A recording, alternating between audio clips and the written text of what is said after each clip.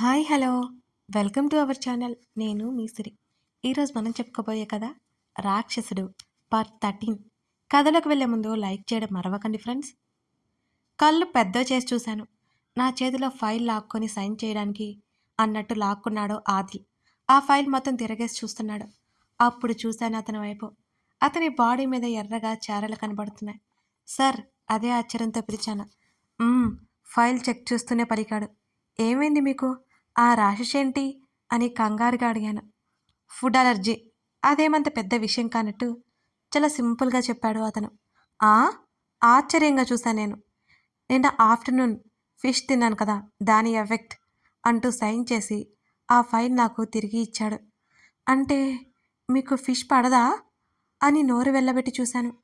అవునన్నట్టు పెదవి విరిచి భుజాలు కదిలించాడు. "అలాంటప్పుడు ఎందుకు తిన్నారు?" అని అడగకుండా ఉండలేకపోయాను. "తినాల్సి వచ్చింది" అని అన్నాడు కానీ రీజన్ అయితే చెప్పలేదు. నేను అయోమయంగా చూశాను. ఫారినర్స్ ముందు కాదనలేక తిని ఉంటాడు. అందులోనూ ఇండియన్ ఫుడ్ కావడంతో తినాల్సి వచ్చిందేమో. అనవసరంగా నా వల్ల తినుంటాడు అనిపించింది. "ఐఎమ్ సారీ సార్" అని అంటున్న నా మాటలకు ఎందుకన్నట్టుగా చూశాడు. "నా వల్లే కదా మీరు ఆ ఫుడ్ తీసుకున్నారు" అని చిన్నబుచ్చుకున్న ముఖంతో అడిగాను. "అదేం లేదు, లీవ్ ఇట్" అని అన్నాడు తను. "సరే, ఇక నేను వెళ్తాను, జాగ్రత్త మీరు" అన్నాను నేను. "అదేంటి అప్పుడేనా?" అని అడిగాడు. "ఈ ఫైల్ తీసుకెళ్ళి ఆఫీస్లో ఇవ్వాలి కదా" అన్నాను నేను. "నువ్వు మళ్ళీ అక్కడికి ఏం వెళ్తావు, డ్రైవర్ ఇస్తాడులే" అన్నాడు తను. ఆ మాటకి ఉత్సాహంగా మారిపోయాను నేను. మళ్ళీ ఆఫీస్ వరకు వెళ్ళడం అంటే బాబోయ్ చాలా కష్టం మరి నాకు. నేను కాదు అనలేదు, అలాగే అన్నట్టు తలాడించాను. అతడు టీషర్ట్ తీసుకుని తగిలించుకున్నాడు. నాతో పాటు బయటకొచ్చాడు. ఇద్దరం మెట్లు దిగి కిందకొచ్చాం. డ్రైవర్కి కాల్ చేసి పిలిపించి ఫైల్ని ఆఫీస్కి పంపించాడు.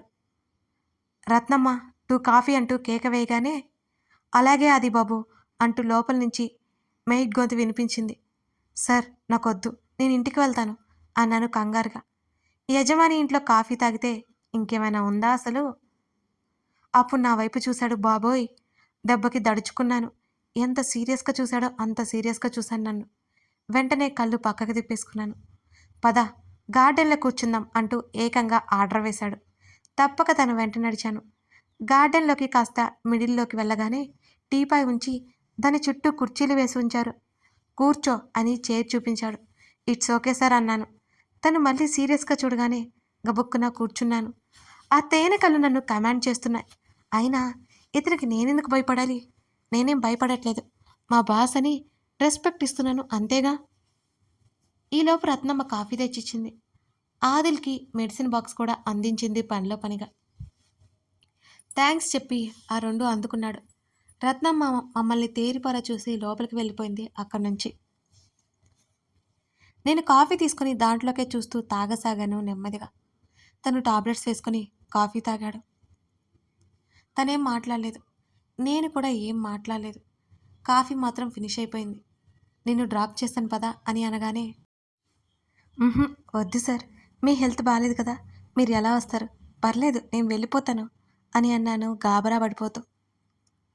"నా హెల్త్‌కి వచ్చిన డోకా ఏం లేదు.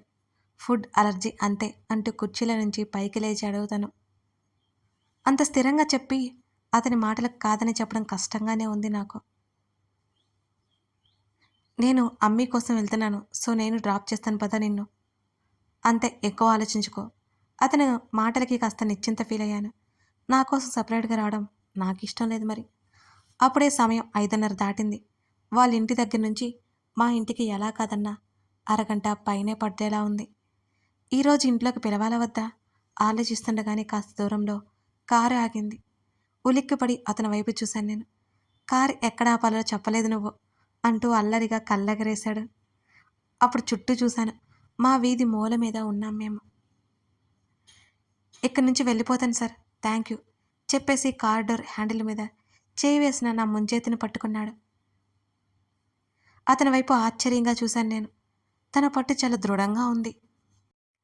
"ఏంటి సార్" అని అడిగాను. ఈ మధ్య ఇతను నా విషయంలో చొరవ తీసుకుంటున్నట్టు నాకు అనిపిస్తోంది. నాకెందుకో నచ్చలేదు ఈ విషయం. ఇది ఫ్రెండ్లీగా లేదు. ఇంకా ఎలాగో ఉంది నాకు. అతని చూపుడు కూడా చాలా డిఫరెంట్‌గా ఉన్నాయి. ఇంతకుముందు అతను నా విషయంలో గౌరవంగా ఉండేవాడు. కానీ ఇప్పుడు అతని కళ్ళల్లో ఏదో తెలుస్తోంది నాకు. అదేంటో అర్థం కావట్లేదు. చుట్టూ చూశాను నేను వెంటనే. చీకట్లు అప్పుడప్పుడే ముసురుకుంటున్నట్టున్నాయి. సార్ మిమ్మల్నే చేతిని వెనక్కి లాక్కుంటూ అన్నాను నేను. నీతో మాట్లాడాలి. అతని మాటలకి ముఖం చిట్లించి చూశాను. ఇప్పటి వరకు అతనితోనే ఉన్నాను కదా! ఇప్పటి వరకు మాట్లాడకుండా ఇప్పటికిప్పుడు ఏదో మాట్లాడాలి అంటాడేంటి? నాకైతే అర్థం కావడం లేదు. అతనేం చెప్పాలి అనుకుంటున్నాడో. అదే విషయం అడిగాను అతన్ని. ఇప్పటివరకు మీతోనే ఉన్నాను కదా! ఇంకేం మాట్లాడాలి సార్? అన్నాను నేను చాలా మామూలుగా. చాలా ఇంపార్టెంట్ మ్యాటర్.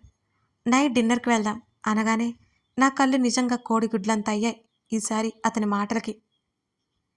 డిన్నర్‌కా? ఎందుకని? అని అడుగుతుంటే నా బుర్ర మీద ఒక్కటేశాడు అతను. నా కళ్ళు నోరు పెద్దగా చేసుకుని మరీ చూశాను. అసలు నేను చూస్తున్నది ఆదిల్‌నేనా? నా ముందు ఉన్నది నా బాసేనా? నాకు అనుమానంగానే ఉంది. అదేంటి అడుగుతుంటే కొడతారు అని ఏడుపు మొహం వేసి అడిగాను. డిన్నర్‌కి వెళ్తున్నాం. మీ ఇంటి నుంచి ఫిష్ కర్రీ ఇలాంటివి తీసుకురావద్దు. అతని పెద చివరన ఎక్కడో సన్నటి నవ్వు. వెంటనే నా చేతిని వెనక్కి లాక్కొని ఒడిలో పెట్టుకున్నాను నేను. నేను రాను. మా మమ్మీ నా కాళ్ళు విరిచేస్తుంది అని కంగారుగా చెప్పాను నేను. వస్తున్నావు రావాల్సిందే అని ఆర్డర్ వేశాడు. లేదు లేదు నేను రాలేను. మా మమ్మీ చంపేస్తుంది. నేను మా మమ్మీకి అబద్ధం చెప్పలేను. నిజం చెప్తే అస్సలు ఒప్పుకోదు అన్నాను కంగారు పడిపోతూ. అయినా ఇతడేంటి డిన్నర్‌కి రమ్మంటాడు? 2 చేతులు దగ్గర పెట్టుకుని అతని వంకే భయం భయంగా చూశాను నేను. నువ్వు వస్తున్నావు అంతే.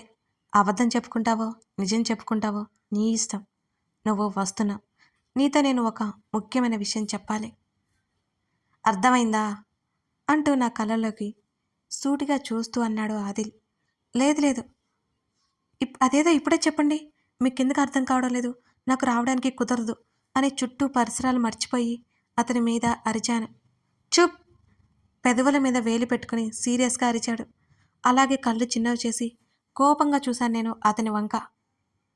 సరే 2 ఆప్షన్స్ ఇస్తాను. 1 మీ ఫ్యామిలీని డిన్నర్‌కి పంపించు. 2 నువ్వు డిన్నర్‌కి రా. నీతో మాట్లాడాలి అంతే. ఇప్పుడు మాట్లాడతాను కానీ నేను అమ్మీ దగ్గరికి వెళ్ళాలి అంటూ నా చెంప మీద తన పొడవాటి వేళ్ళతో తట్టాడు. నేను భయంగా చూస్తూ తలని వెనక్కి లాక్కున్నాను.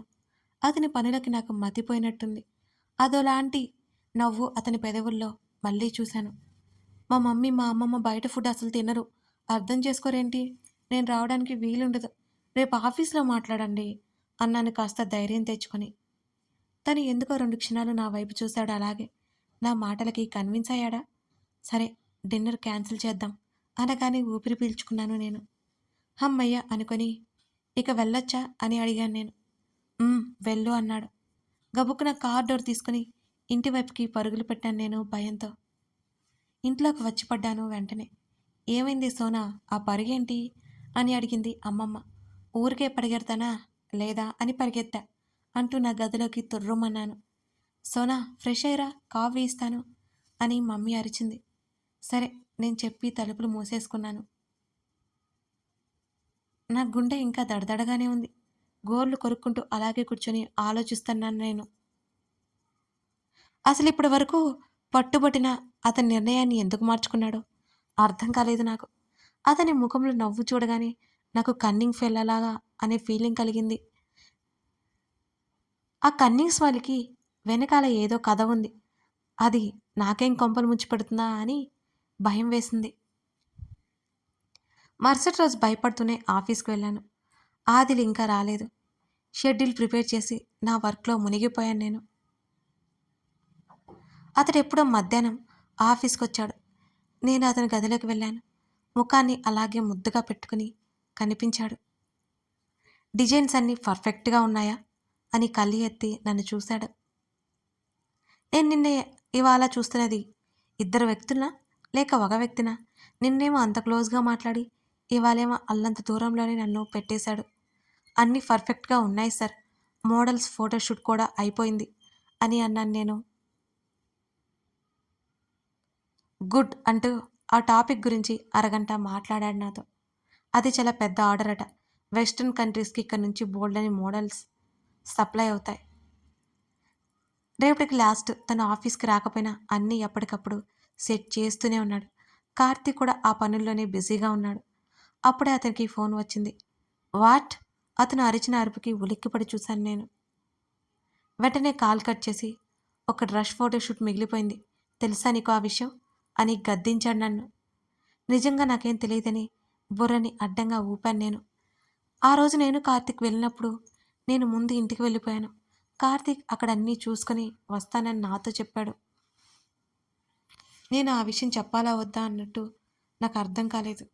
అంత పెద్ద విషయాన్ని ఎలా నెగ్లెక్ట్ చేశావు అని గట్టిగా అరిచాడు నా మీద. నేను తల ఎత్తలేదు. నిన్నే అడుగుతున్నాను, సమాధానం చెప్పు అని విసుగ్గా అరిచాడు. వెంటనే కార్తీక్కి కాల్ చేశాడు. మరో 2 నిమిషాల్లో కార్తీక్ అతని క్యాబిన్లో ఉన్నాడు. అతని మాటల వల్ల అలాగే ఒక పక్క నిలబడి ఉన్నాను నేను. అతన్ని చూస్తుంటే పిచ్చి పిచ్చిగా కోపం వస్తోంది. కొట్టాలనిపిస్తోంది నాకు. పెద్ద రాక్షసు జరిగిందంటే తెలుసుకోకుండానే నా మీద అరుస్తాడేంటి? కార్తీక్, ఏం జరుగుతుంది? ఒక డ్రెస్ ఫోటోషూట్ ఎందుకు జరగలేదు అని గట్టిగా అరిచాడు కార్తీక్ మీద కూడా. అది శారీరా, మనకొచ్చిన మోడల్స్ అంతా ఆ శారీకి తగ్గట్టుగా లేరు, ఇండియన్స్ కావాలి అని కార్తీక్ చెప్తుంటే, అలాంటప్పుడు ఇండియన్ గర్ల్ని తీసుకురావాలని తెలీదా? What is this Karthik? ఇప్పుడు ఏ సమాధానం చెప్పాలి మనం అని గట్టిగా అరిచాడు ఆదిల్. నేను ఆల్రెడీ మోడల్ని చూశాను, కానీ లాస్ట్ మినిట్లో హ్యాండ్ ఇచ్చింది. ఇంకో 2-3 చూశాను, ఎవరూ సెట్ అవ్వలేదురా అన్నాడు కార్తీక్ చిన్నబుచ్చుకున్న ముఖంతో. ఆదిల్ వర్క్ విషయంలో ఎవరిని ఎక్స్క్యూజ్ చేయడు, ఆ విషయం నాకు తెలుసు. ఇప్పుడు స్వయంగా చూస్తున్నాను కూడా. ఈ రోజు లోపల అయిపోవాలి అని ఆర్డర్ వేసి గెట్అవుట్ గెట్అవుట్ అని మా ఇద్దరిని చూస్తూ అరిచాడు ఆదిల్. మేమిద్దరం తలలు కిందకి వేలాడదీసుకుని బయటకొచ్చాం. కార్తీక్, ఇప్పుడు ఏం చేద్దాం అని అడిగాను నేను. ఓఫ్, నాకదే అర్థం కావడం లేదు. వచ్చిన వాళ్ళంతా చాలా ఓవర్ చేస్తున్నారు సాక్షి. ఒక సాధారణ అమ్మాయి కావాలి, చాలా మామూలుగా ఉండాలి అని నన్నే చూస్తూ చెబుతూ ఆలోచిస్తున్నాడు కార్తీక్. ఒక ఐడియా అనగానే నా వైపు చూశాడు ఏంటి అన్నట్టుగా. మన స్టాఫ్లోని ఎవరినైనా చూడు, ఇంట్రెస్ట్ ఉంటే మనకి టైం సేవ్ అవుతుంది, ఇబ్బంది ఉండదు, ఏమంటావు అని అడిగాను నేను.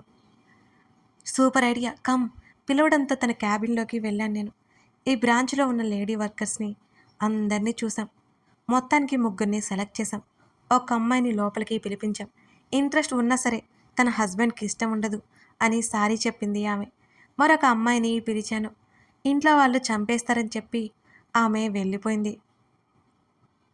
ఇక మిగిలింది ఒకే ఒక అమ్మాయి కార్తీక్. ఈ అమ్మాయి ఒప్పుకుంటుందా అని నీరసంగా అన్నాను. కార్తీక్ కూడా అంతే నీరసంగా చూశాడు. హోప్ వదలకుండా చూద్దాం అని తన భుజం మీద చొరవగా చెయ్యేశాను. ఏజిఎం పొజిషన్లో ఉన్న కార్తీక్కి నాకు స్నేహం బాగా కుదిరింది. ఒక ఫ్రెండ్లా ట్రీట్ చేస్తాడు నన్ను. నాకు కూడా ఫ్రీగానే మాట్లాడాలనిపిస్తుంది. మేం మాటల్లో ఉండగానే మరొక అమ్మాయి అక్కడికి వచ్చింది. ఈ అమ్మాయి అయినా ఒప్పుకోవాలని దేవుణ్ణి వేడుకున్నాను నేను. కథ కొనసాగుతోంది. ఆదిల్ ఇద్దరిని అరిచేశాడు కదా, ఇక వీళ్ళిద్దరి తిప్పలు చూద్దాం. మొత్తానికి ఆ అమ్మాయి ఒప్పుకుంటుందా లేదా, నెక్స్ట్ ఏం జరగబోతుంది తెలుసుకోవాలంటే మన కథని ఫాలో అవ్వాల్సిందే. లైక్ చేయడం, కామెంట్ చేయడం మర్చిపోకండి ఫ్రెండ్స్. నేను ఇంకా ఊళ్ళో ఉండడం వల్ల కొంచెం నాయిస్ వస్తుంది, అడ్జస్ట్ అవ్వండి. Thank you.